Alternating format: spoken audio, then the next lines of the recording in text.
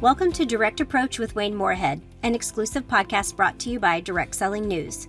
Host Wayne Moorehead interviews some of the leading marketers and innovators in direct selling to help your marketing teams and branding teams motivate the field, engage customers, and further your brand's reach and impact.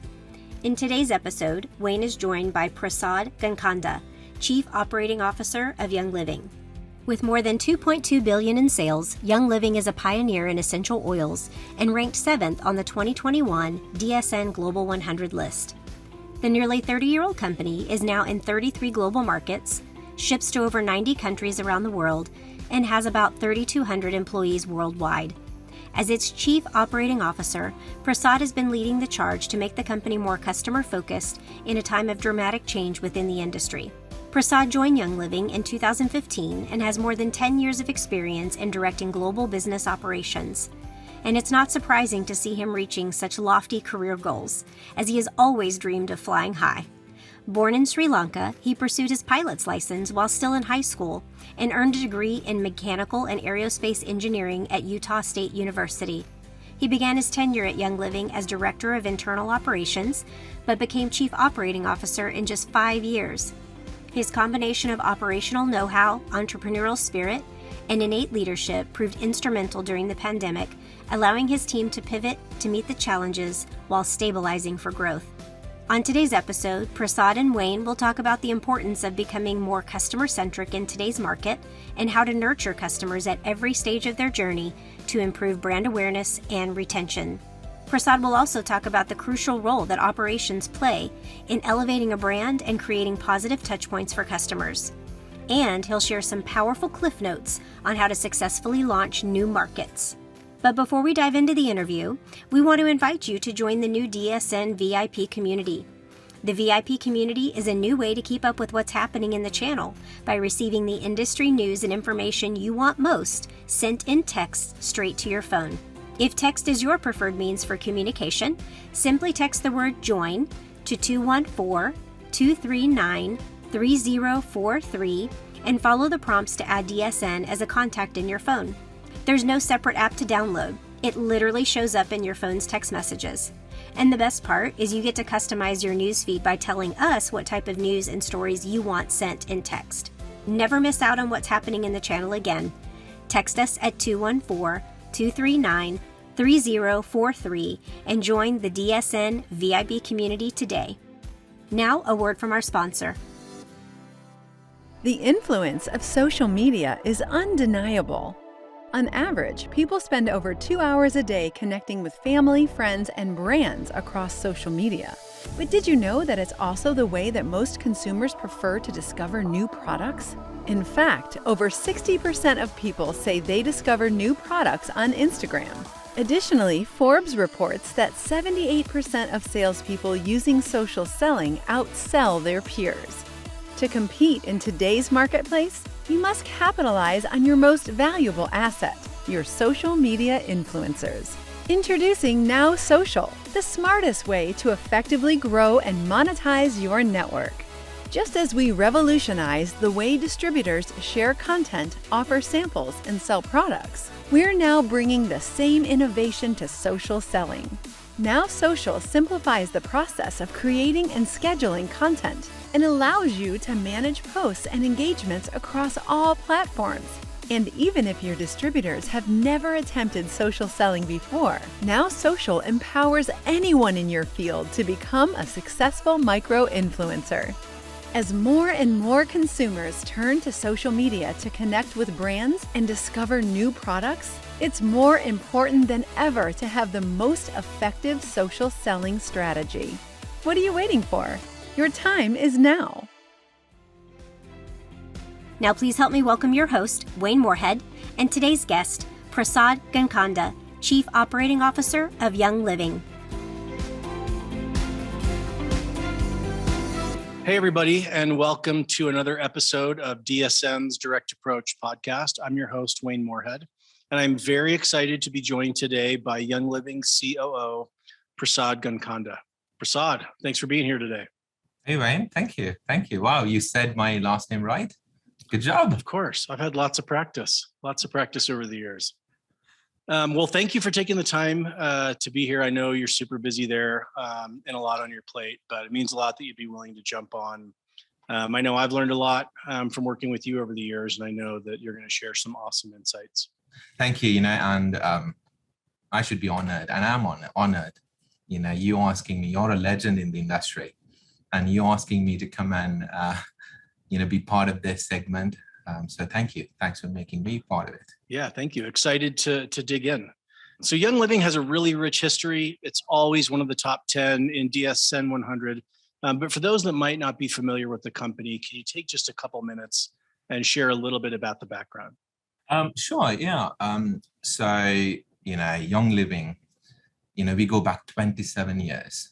We are the pioneer essential oils company. The founder, Gary Young, started the company sometime in 1993. And of course, together with Mary Young.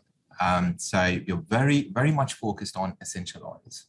And of course, we do have, supplements, that we do, and some of the other, key products that we do. So I'll give you by the numbers, we call it Young Living by the numbers. So we are about, in 33 global markets.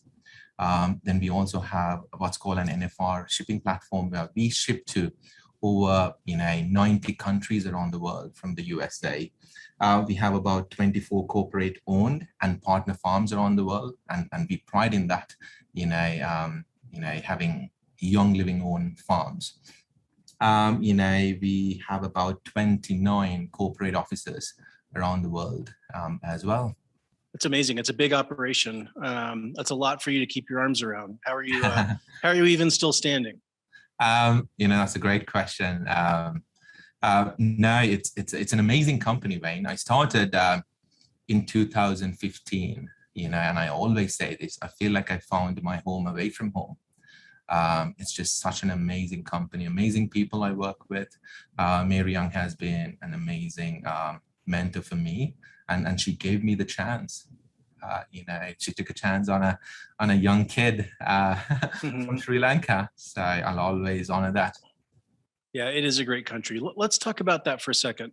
Full disclosure, you and I have known each other for a lot of years. We've worked together at two different companies. And I've always been inspired by your story about how you ended up in direct selling and ended up at Young Living. You had the chance to stay in Sri Lanka and probably join the family business and have success kind of handed to you, but you decided to really carve your own path and make your own way, which led you to where you're at today. Can you just take a couple minutes and share some of that story? Sure. I know you love talking about yourself, so no, thank you. Well, so when you know my story, but I was born in Sri Lanka. For those of you who don't know where Sri Lanka is, it's a very, very, very small island, in the Indian Ocean. So I was born there. When I was 5 years old, my mom and dad, they dropped me into a private boarding school. And I had to do things on my own. I lived with 133 kids, same age. We grew up together. So I graduated from high school, and I wanted to become a pilot. So I went to a Sri Lankan flying school, which I did get my private license. And one day I thought, I'll take my mom and dad on a flight, which I was so looking forward to. So I take my mom and dad on a flight one day, and it was probably one of my best days. And I land the plane, all safe, and I take my dad to the school I was studying. And sure enough, he meets the chief flying officer at that time, who happens to be a good friend of my dad. And he says to my dad, Prem, that's my dad's name, any monkey can fly. And I think that was it. That's when my dad said, you know what, you're going to go get an education. So that was a very pivotal point in my life, and I could have sat in Sri Lanka and taken my dad's business or done everything on my own. So I chose the later, the latter part of it. Well, my dad asked me to go get an education. So I had to search colleges around the world. I said, well, aerospace would be a good program. So long story short, I'm in a plane and I landed in Logan, Utah, going to Utah State University, getting my aerospace engineering program. So I did trade tropical sunshine to down comforters and long winters. And long winters, yeah. That's my beginning. As a kid, I was 18 years old. I packed up 2 suitcases. I did not know where future is going to be, and I came here. To study. So that's how I started. But then in 2009, I graduated from the program. The times were rough. No one was hiring at that time. I remember applying for maybe 500 job applications, and sadly no one returned my my calls. I had to find out why. So sure enough, I graduated from a program which is aerospace at the time. Most of the jobs that were hiring at that time were military based, right? They were military based projects. So you had to either be a permanent resident in the country or a born citizen. And of course, I was neither. I was just a student from Sri Lanka, trying to get my hands in the country. And I was on my F1 visa, which is like, you get to study, and you get to be in the country for the time period. You're going to be going for the college. And then, once you graduated, you get 3 months to find a job. So I was hunting for a job. Or you have to go back to Sri Lanka, right? I do, yeah. You have to go back to Sri Lanka if you don't meet your time requirement. So I applied for a job at a company in Utah. I remember that day. A direct selling company. A direct selling company, yeah. I went to the interview and I met with this amazing person. And I talked to him about, how much I need a job and such. And he said, okay, Prasad, why don't you come and meet the team? Which I did the very next day. I met about, 15 people. And I remember all of them asking me questions. Honestly, I felt like the dumbest guy in the world, because I didn't know what I should be answering at that time. Later on, I stand up and I leave the room, and I thought, I'll never be able to work there. So I walk over to the elevator and I thought to myself, I could either pack my bags and go home, or I could fight, and build my dream here. So I walked back to the hiring manager's office and I said, if you give me this job, what would you lose? And he said, well, I'll have to pay you. And there is a lot of experienced engineers out there that are willing to start at a lower salary point. And I said, don't pay me. I'll work for free. Give me 3 months. If I'm not the person you want to hire, ask me to pack my bags and leave. And I'll always respect that. And I'll pack my bags and I'll leave. So anyways, that's how I started in the industry. That's amazing. I think there's a lot of valuable lessons in there. For one, for me especially, just the courage you had to turn around and walk back into a hiring manager's office. I don't know that I could have done that. But I do think there are these really powerful moments that can change the trajectory of our lives if we just choose to act on those impulses, inspiration, whatever you want to call it. But congrats to you. Again, I don't think I could have done that. And that's what started your career in direct selling. And you've had an incredible career, continued to advance in responsibility, in title, on all the internal and external measurements. So again, thank you for sharing that story with everyone. A lot to learn. Well, thank you, Ben. I think there was a point that I missed in there. So when I came here, my dad was paying for all my college education, right? So I had a credit card that I was using left and right. But there was a time that came, I woke up one day and I thought, you know what? Something's missing here. I can't be living out of my dad's credit card. So me and my wife, Gaia, we got together and we applied for a credit card that morning. And Zion's Bank, was nice enough to give me $500 of credit and then another $500 of credit for my wife. So we had $1,000 to live. I got my first job at the University Inn, cleaning hotel rooms. But I remember when I was offered the job at Moorehead later on, paying that $1,000 of credit card later. And that was such a fulfilling, that feeling, that's when you did it. You did it on your own. Yeah. On your own. Incredible. I love that story. Thank you so much for sharing it. I know that's a very personal story. So jumping into Young Living and what's going on there now, in the 30 years that Young Living has been in business, again, an incredible history and legacy, direct selling as a channel has changed a lot, especially in the last few years. One of those biggest shifts has been becoming increasingly more customer-centric. I know that Young Living has always been very product focused, but in the last couple of years, you've made a very concerted effort to become even more customer-centric, more than you were. You can talk about this. You've always had great customer to promoter ratios, great product sales, again, product driven.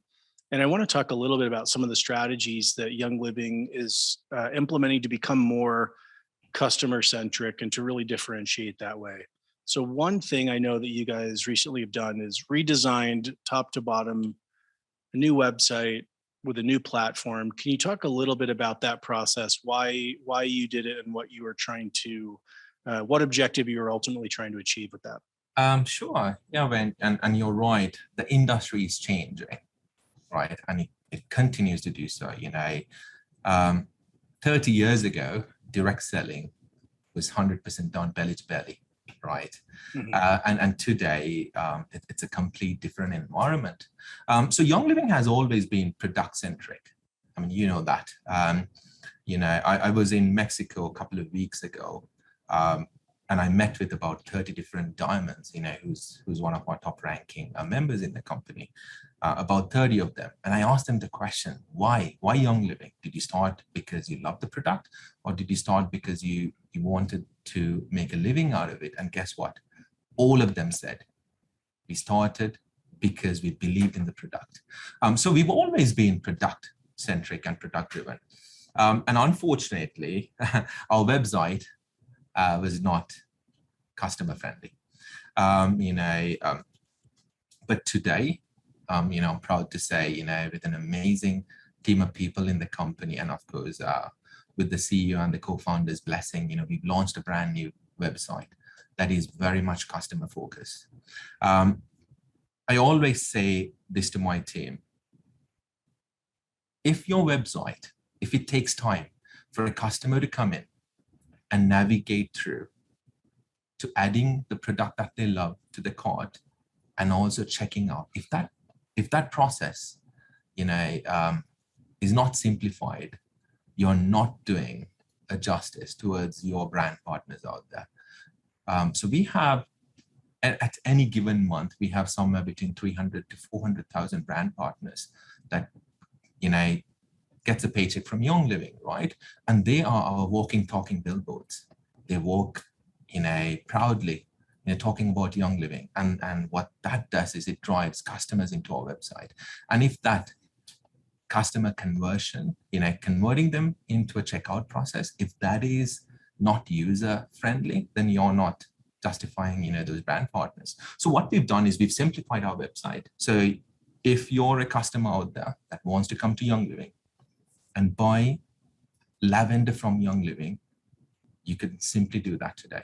You do not have to buy a premium starter kit. You can simply try the product at the retail cost. And if you love the product, you can simply subscribe to that product where you can enjoy the 24% discount. So we've changed from how we did things in the past to today.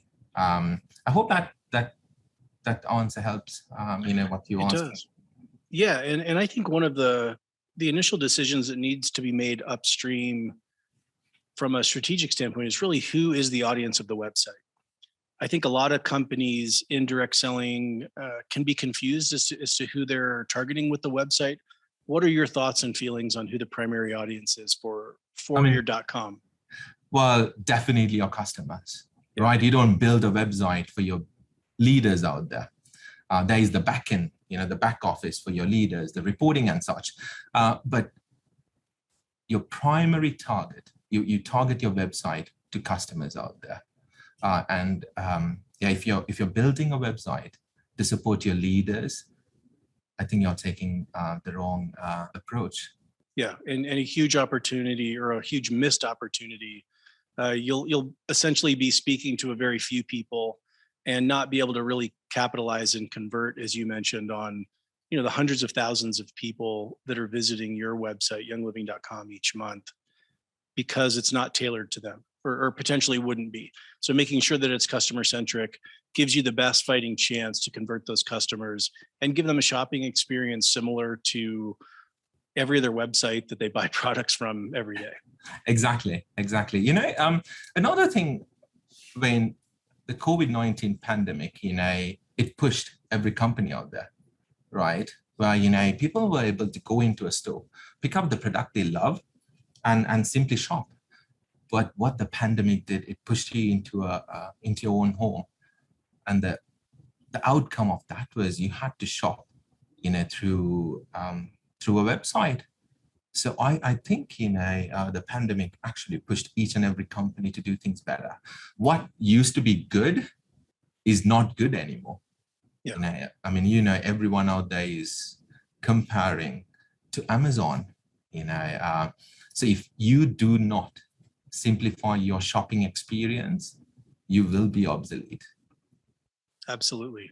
Yeah, the 2020 really forced all of us, I think, to become more digitally savvy. Regardless of age, we had to become really digitally savvy and learn how to do basically everything that we did in normal life online. And it also accelerated a lot of the trends that we were seeing, shifts to more e-commerce from retail. Those trends accelerated what were projected to be 10 years out happened in 2020. It really collapsed down into 1 year. And so that's the new normal now for sure. Right. So talk a little bit about also, underneath the website is that e-commerce platform. How did you go about that process, selecting the right platform to use? Talk a little bit about the implementation process and I'll hold there. I have another question after that. So, changing the website, started about 2 years ago for Young Living. And I know when you were part of that a long time ago. We started with looking for the right partner. One thing, we'll talk about, I know you're going to talk about the new market development side as well, but, picking a partner is very important, right? You need to make sure you do all the 360 review of it, because it's a long-term, it's more like a long-term marriage. So there was a team that went around, they looked for multiple partners out there. They did all the work, due diligence behind it, and they picked the partner that we're working today. And then, we had to do focus groups where we had to meet with leaders, customers, understand their need. Then what we did was we actually did alpha testing and beta testing, where we created a website that we thought is going to work for Young Living, with the help of our leaders and our customers out there. And we rolled it out to our top leaders in the company. And what we did was we let them try that website out for a good 6 to 7 month time frame. Because, that group is small, right? You're only talking about 500 to 600 group of people. It's easy to navigate the issues when you launch a brand new website to the public if your user group is limited to a 500-600. So what we did was we narrowed it down to those leaders, we launched it, and we constantly worked with them every single day to make it better. And then what we did was we took a tiered approach, where we went and we launched to the next level of leaders, then the next level leaders. And by the time when we launched it to the mass, which is all the customers in the United States, it was tested. Did things go wrong? Absolutely. You can't, not everything's perfect out there. But we had a team behind it, that was dedicated, focused to getting those issues fixed on a timely manner. And communication is very, very, very important during that time as well. Yeah, I think that tiered approach went a long way to help minimize any of the potential issues. Of course, transitioning to a new platform, launching a new website, changing the overall shopping experience, there's going to be issues. There's going to be bumps in the road, but by tiering it out, I think it achieves a couple really important objectives. One is it helps your leaders to feel like they have ownership in the process, that you're not just dropping something on them, but that you really care about their position, their impact on sales and in the field. And also they have more insight, I think, than the company does. Sometimes, we have blinders on potentially when we're at the corporate office there. We don't have the same experience. We don't look through the same lens that a lot of our distributor leaders do. And so opening it up to them first, even though that's probably the group that we're most nervous to see any potential issues. But I know that you worked really closely with them so that with each successive tier that you rolled it out to, it was a better and better experience. So by the time it got to, the customer level, just the organic customer that comes to your website, it was really dialed in. It was a great experience because corporate and the field really worked together to ensure that every aspect, every page, all the customer flows were really dialed in at that point. I think it was a smart way to roll it out instead of just dropping it out there and crossing your fingers and hoping that hoping things go well. Yeah. No, we took a tiered approach, and it was very necessary for us because we have across the globe we have about 5 million plus customers, right, that are dependent on the website. So imagine dropping it off to everyone overnight. The chance of failure is pretty high on that. Yeah, and then fielding all those customer and distributor service calls would be completely overwhelming as well. Another thing I think that's evidence of the customer-centric approach that you're trying to take is actually in the org chart. Hiring, developing, implementing, not just distributor and field experience people, but those that are focused solely on the customer experience, customer success, monitoring and managing all the touch points. Talk a little bit about implementing that group and the impact that it's had. That's a very good question, Wayne. Often, here's a mistake most companies do. Often we think we know what the distributor wants or the brand partners want out there. And probably that's one of the biggest mistakes, we as a company can do. So what you're asking me is, how did we overcome that, when we created the website? How did we overcome that gap? So we do have, when I first took over sales, which happened to be called global sales, I met with the team and I said, help me understand what you do, like global sales. What does that even mean? And there were multiple answers to the question, but the reality is we don't sell anything out there, right? It is our brand partners who are out there promoting the company and bringing customers into the company, right?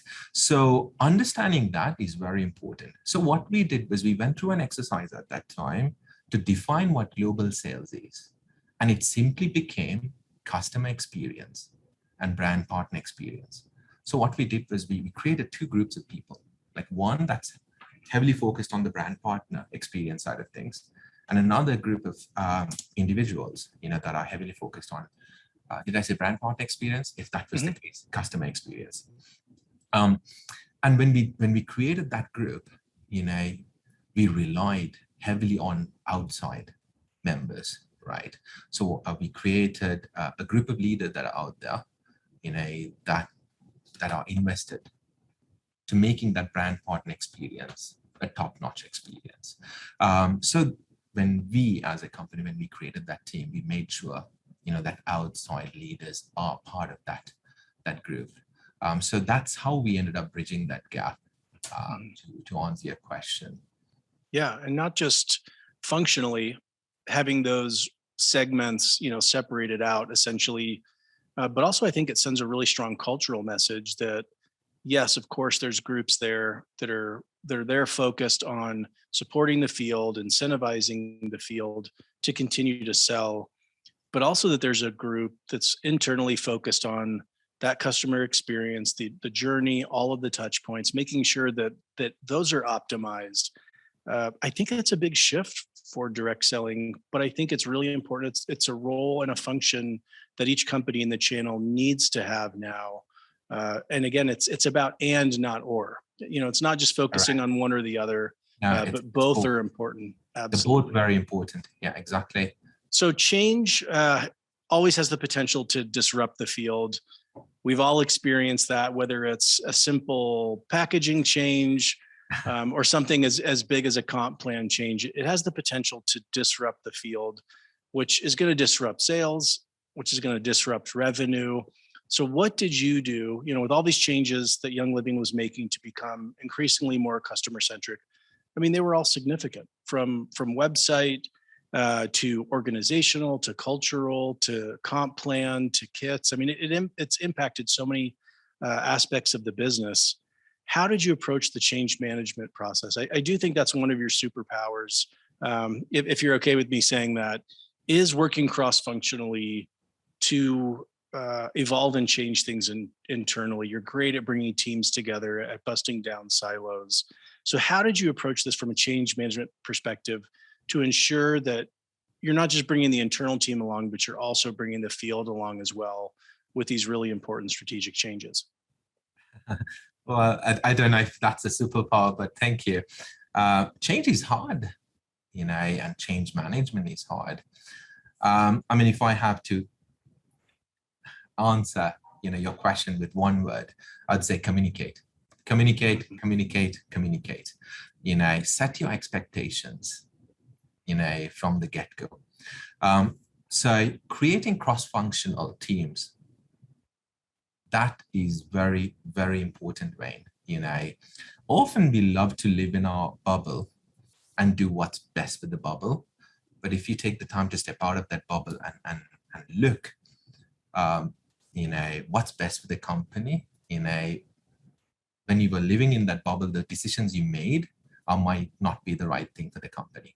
So cross-functional teams are very important, and it played a key role here. So what we did was we brought multiple teams together: operations, customer service, sales, marketing, you name it. Everyone was very involved. We had, training every single day, every single week. We made sure the teams that are, on the phone, constantly answering questions, like we made sure that team was trained extremely well. Because, when you launch a website or any program out there, the very first thing they do is they either text, some of the corporate members, right? Or they call the call center. So you need to make sure you are very prepared for that. So what we did was we went through a massive, training period within the company, where each and everyone was training, all teams across the company. So my answer would be communicate, over-communicate, and don't be afraid to over-communicate. Set your expectations, and be prepared if things go south. Always have a plan B. We launched, we launched, all of the program changes, the website, sometime around, end of July to August. And I'll tell you, our call centers got hit. We went from, a 15-minute under, call wait time to a good 4 hours. Wow. And it wasn't fun, but you have to be prepared, right? So what we did was we did not listen to some of our leaders out there. Often when call volumes go up, everyone has a solution and everyone says, this is what you got to do. But what we need to do is look back to the data. So something actually I'm very proud of, that the team did. They sat down, they analyzed every single call that came into the call center. And then they understood why the members were calling and what was the reason behind the call. And then we aligned the company and the fixes behind those call drivers. I'm proud to say this, the team was doing such an amazing job. A month later, we are literally down to 0-minute wait times. So communicate, over communicate, set your expectations from the very beginning, cross-functional teams, be prepared for the change. One thing I just took away from what you just said is take the time to understand what the real problems are. You could have just thrown people at the problem and tried to reduce call volume by increasing the capacity. But you could have potentially done that, but you also tried to analyze what are the root causes and fix those instead of just, again, throwing the people at it, which I think a lot of people would have done in that case. Yeah, you're right. You could take care of a problem by throwing money at it or bodies at it. But often what we lack to do is, going back and understanding why is it happening, root causing it, and taking care of the problem, which is what we did in this particular case. Yeah, that's great. When considering customer experience, most people are going to think marketing department, the brand team, some type of customer experience team like you have there at Young Living. They don't often think of operations or the operational touch points as it can impact the overall customer experience. But I know you feel really strongly about the impact that operations can make on this. Can you share a little bit about this? Sure. Operations play a huge role when, if you're not careful, right? Operations, those touch points could hurt your brand. At the same time, if you take time, heart and passion to what you do, operations can elevate the brand. We all know, the unboxing experience, right? Yeah. When a brand new customer comes into any company out there, you're eagerly waiting for that shipment to arrive. And that unboxing experience, in my opinion, should be 5-star. If you as a company, what we do is, we put a lot of heart and soul into that pick and pack operations. You could throw a bunch of items together in a package, or you could take the time to nicely pack it in such a way, it represents your brand.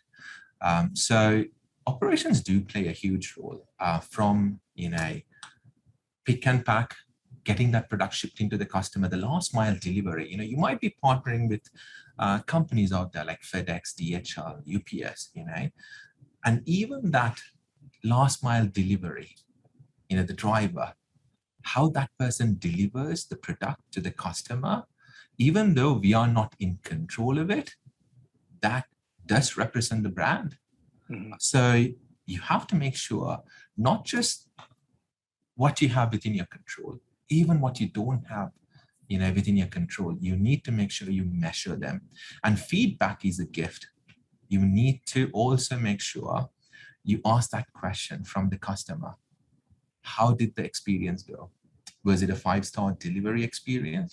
Was it a 5-star experience or not? Understanding that real-time, data, that real-time understanding is very important. So to your point, I am very passionate when it comes to operations. It could hurt your brand or it could elevate your brand. I agree with you, Prasad. I do think that ops has a lot of brand touch points that aren't always considered, that are under its control and charge, that can have a pretty big impact on the brand. I think one of those, often the call center, customer service, distributor support falls under an operations group, whether it's in a region or whether it's under the stewardship of HQ.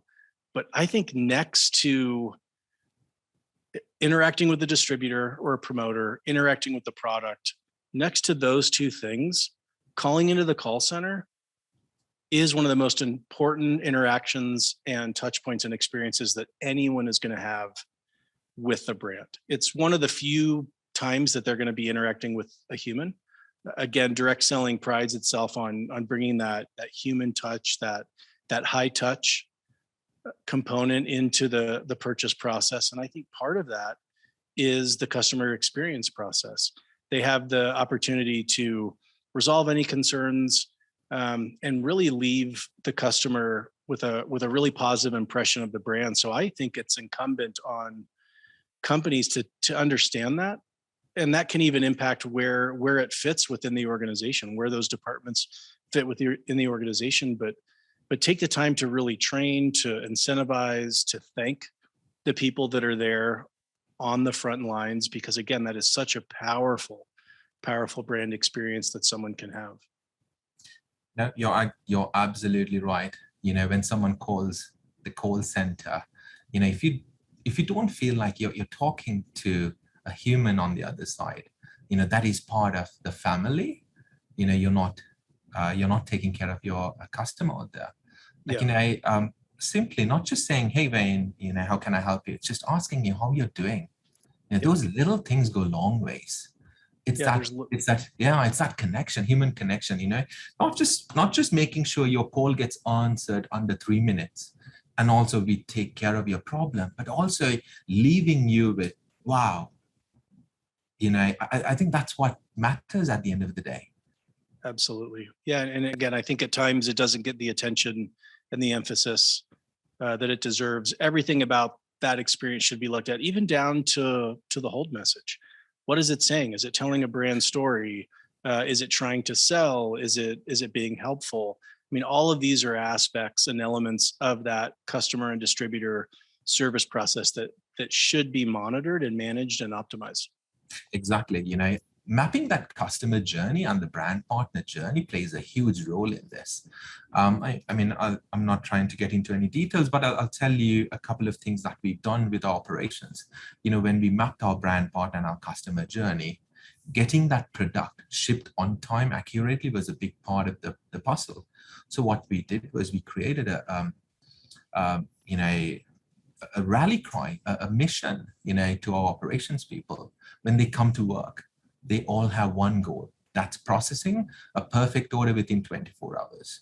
And, we sat down, with the key management team, not just the director level, even with the staff that picks and packs an order, to understand, okay, what are some of what makes a perfect order? I'll tell you a couple of the things that we came up with. Processing that order within 24 hours. Making sure that order gets delivered on time, accurately, damage-free, with the right paperwork, right? And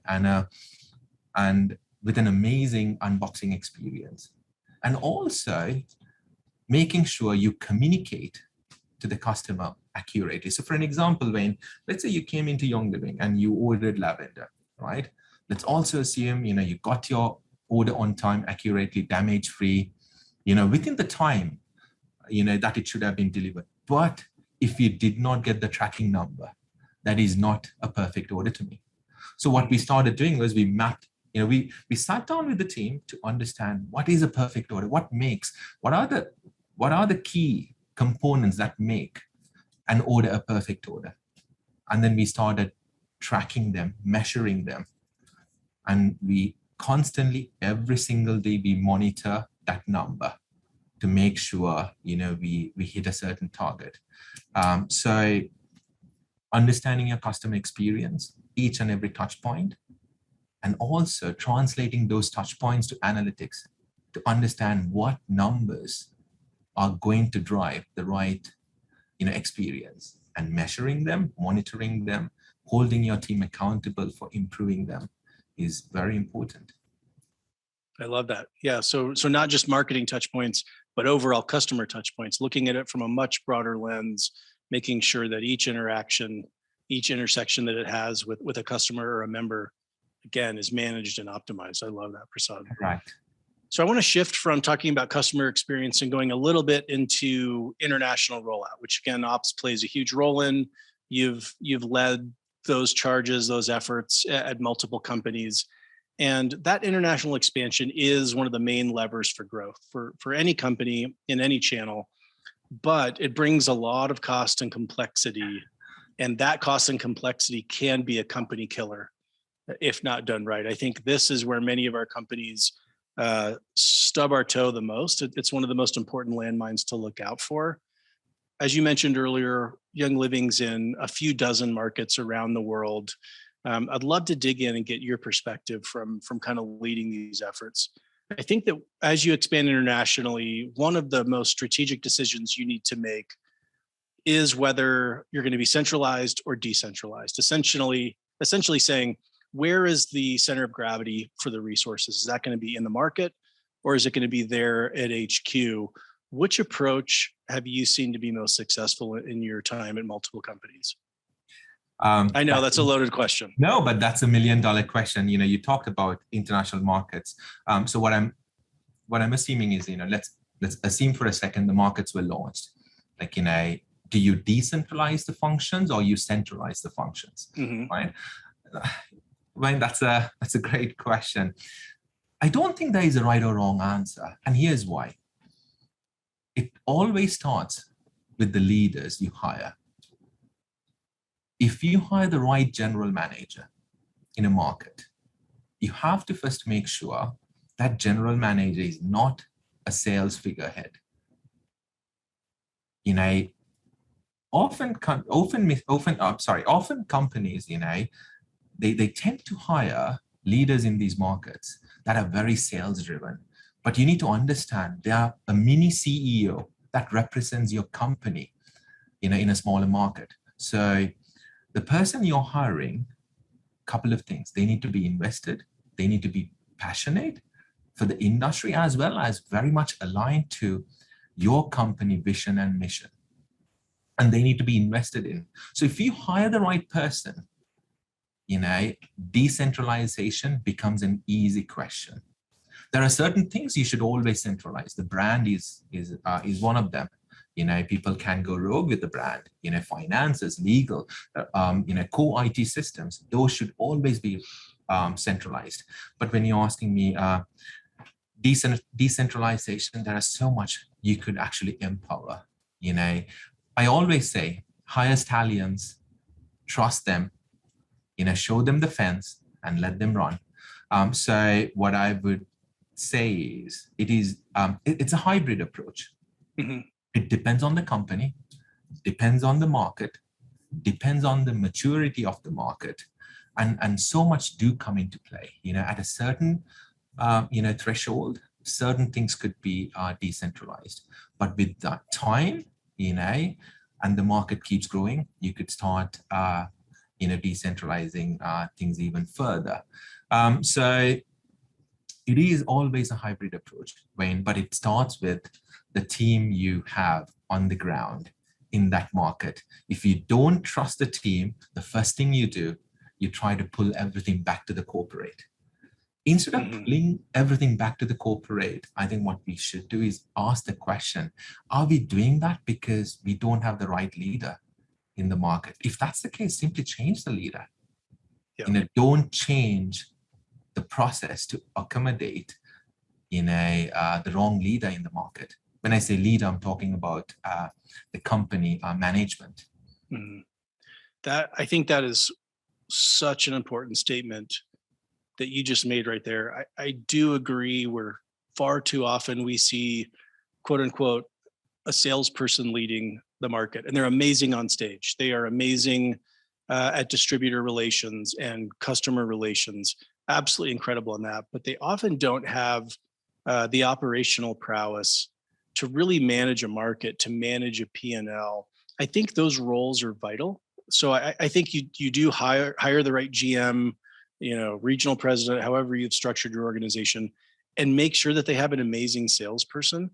Correct. Under them, absolutely. But they need to be an operator.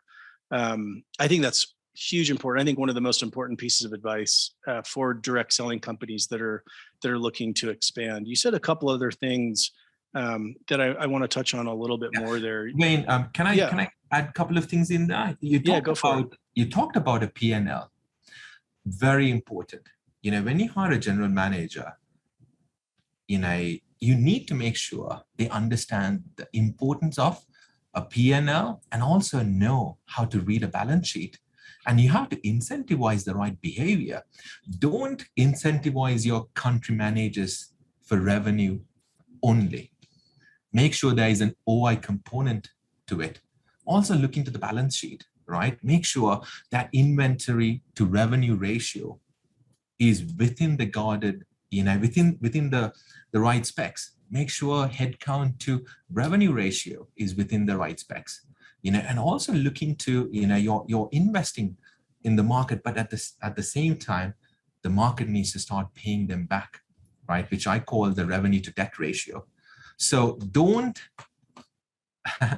bonus your country managers 100% on sales.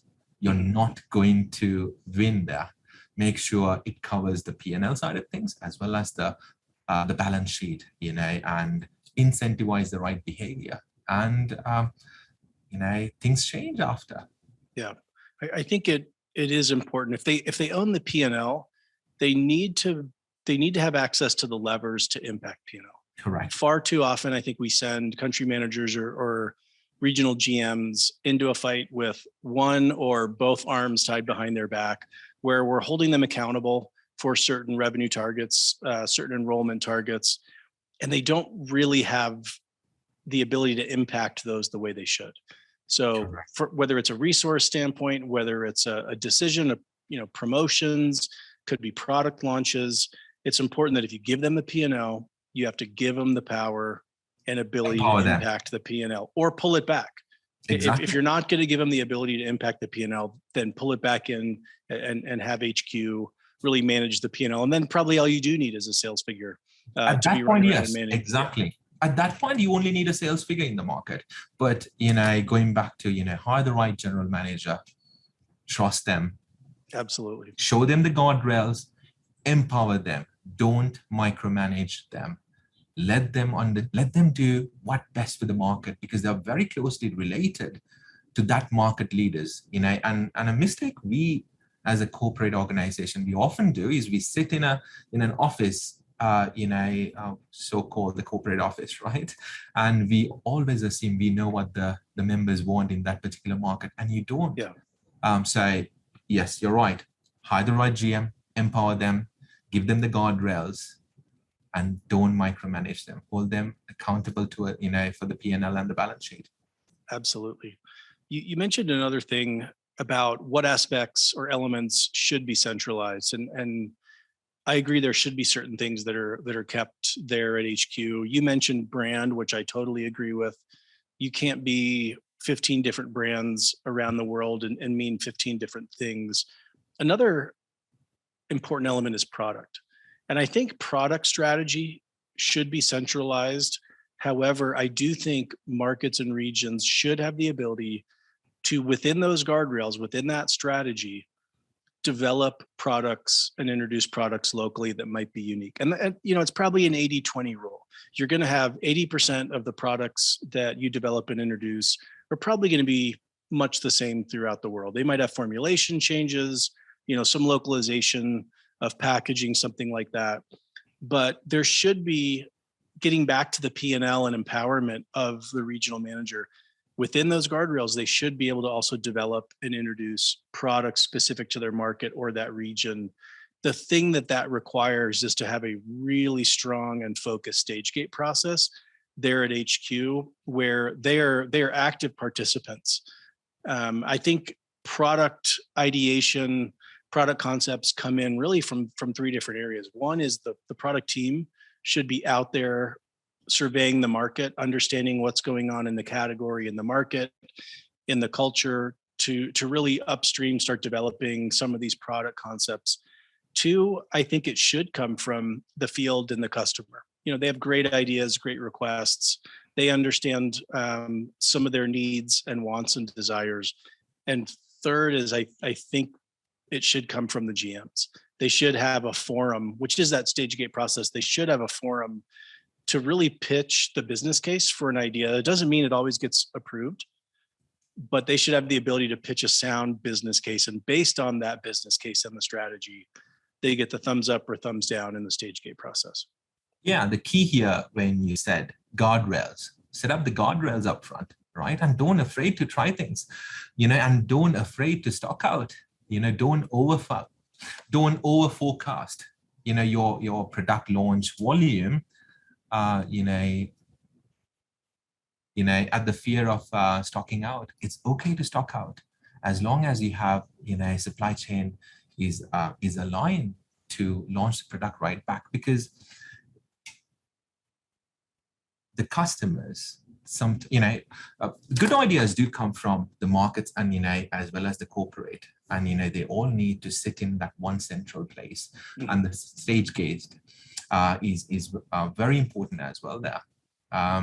So I think you answered the question very well here, Wayne. Okay, yeah, okay. I'll answer the rest of your questions for you if you want me to. No, set up the guardrails and empower the regional teams. And there is no such thing as a global formula. I don't know in my life. I don't know if I've seen any. There are the same product could have multiple different ingredients when you take it into different markets. So you need to start adapting to take care of the needs of the market. Love that. So another important consideration when developing your international strategy is the cadence or pacing of these launches. I think trying to launch too many markets too quickly leads to not having markets that are really set up right. There can be technical debt, systems issues. For you, what is the right pacing? And I know the answer is to some degree, it depends on the company and where you're at in your life cycle. But how do you look at the pacing of markets? How many markets should be in that pipeline at any one time? Well, I think you're asking the wrong person, Wayne, because during my time at Young Living, I was asked to launch 5 markets in 1 year, which we did. But there are so many things we learned by doing that. Things what you should not be doing, and I know we'll talk about that. From my experience, Wayne, when you launch a market, I really think you get one chance to do it right. And you have to do it right. And if you fail on that, not often you get the second chance to do it right. And there are companies that gone back again and done it. And that second chance could be very expensive. And often, even after you spend a lot of money, the chance of failing it again is pretty high. I don't know if there's a magic number of markets per year or per every other year. What my advice would be from my learnings, there are 2 types of market: a pull market and a push market. A pull market is where leaders pull you into the market, which is what every company wants. So focus on those markets, and I would say personally, maybe every 2 years. You plan to do 1 market right. Mm-hmm. And your ROI on that would be much better than trying several markets, cramping them down into a single year.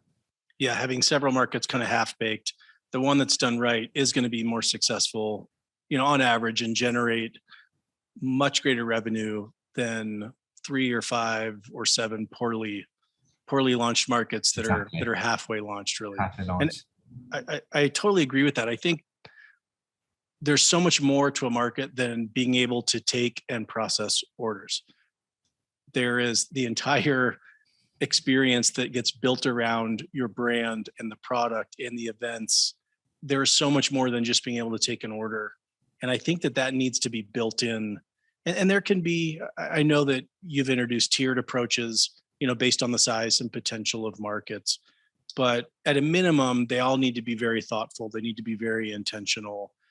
Because what happens and we've all lived through this, when you don't launch a market properly, you then are launching new ones down the road while you're running back, trying to fix some of the issues of those initial markets that weren't launched right. And it takes time, resource, it adds complexity. Correct. So it's never really the right way to do it. Because it takes your time away from the markets you really should be focusing on, right? Because at the end of the day, you only can do so much unless you keep throwing bodies at it.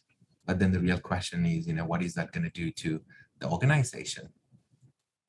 Couple of key things that I learned, by launching, 7, 8, 9 or 10 different markets along my journey. I would say your systems are very critical.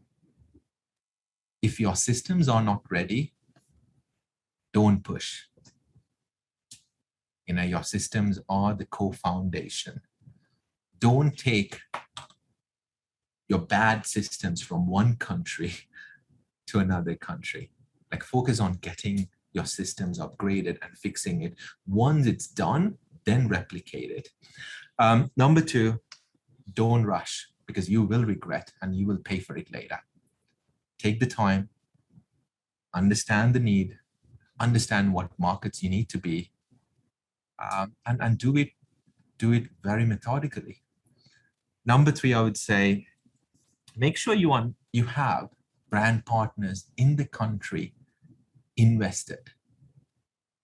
If you don't, why are you trying to push into that market when you don't have brand partners that is vested and aligned and supporting the company to be there?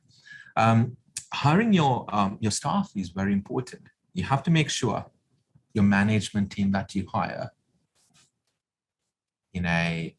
are very much aligned and invested in the company's mission and the vision. And you also have to make sure they are very passionate. They have a passion for the industry. It's easy for you to go and hire someone from, so-and-so has been a GM for a retail industry or in a completely different industry. But the question is, does that person have the passion for the direct sales industry? So hiring your management team is very important. Hiring the right management team is very important. The last thing I would say is, when you go to a market, you're going to be relied on so many partners, right? So for an example, your warehousing partner, your 3PL, your third-party warehouses that you are dependent on, your last mile shipping companies, your bank providers, your payment providers, all of those, make sure you partner with the right partners out there. It is more of a longer term marriage, right? Do the 360 understanding. Make sure you get good reference and pick the right partner. So those were, I would say, those are some of the things that I would ask if anyone's looking to expand. Those are some of the good takeaways from my learnings. Absolutely. That is a really important list. All of those important considerations. I appreciate you sharing that, especially someone that's lived through it now, almost a dozen times in your market launch career. You said another thing that I think is really important, the push and the pull markets. We've all been pulled into markets by members at times that maybe weren't the right markets, where that wasn't that market that really couldn't support those efforts. And we've also gone into markets where it looked right on paper. It had great criteria, great fundamentals when you looked at market dynamics, when you looked at demand around the category, but there wasn't that field support there to create that really solid foundation. So I agree with you. I think the most successful markets sit somewhere at the intersection of that, the push and pull. When you have both those elements there, you have a much greater chance for success. Yeah. Appreciate you sharing that with us. I want to wrap up. I know we're running out of time. I want to wrap up with a couple questions to really see how you think and to get to know you a little bit more on the personal side. So what do you feel is the best piece of advice that you've ever gotten? Oh, geez. Well, I'm going to go back to something besides don't be a pilot. Don't be a pilot. No, I have to go back to something our founder, Gary Young, said. If you're not living on the edge, you're taking a lot of space. Be innovative, be creative. It is okay to fail. But as long as you learn from that failure and you don't repeat, I think you got a bright future ahead of you.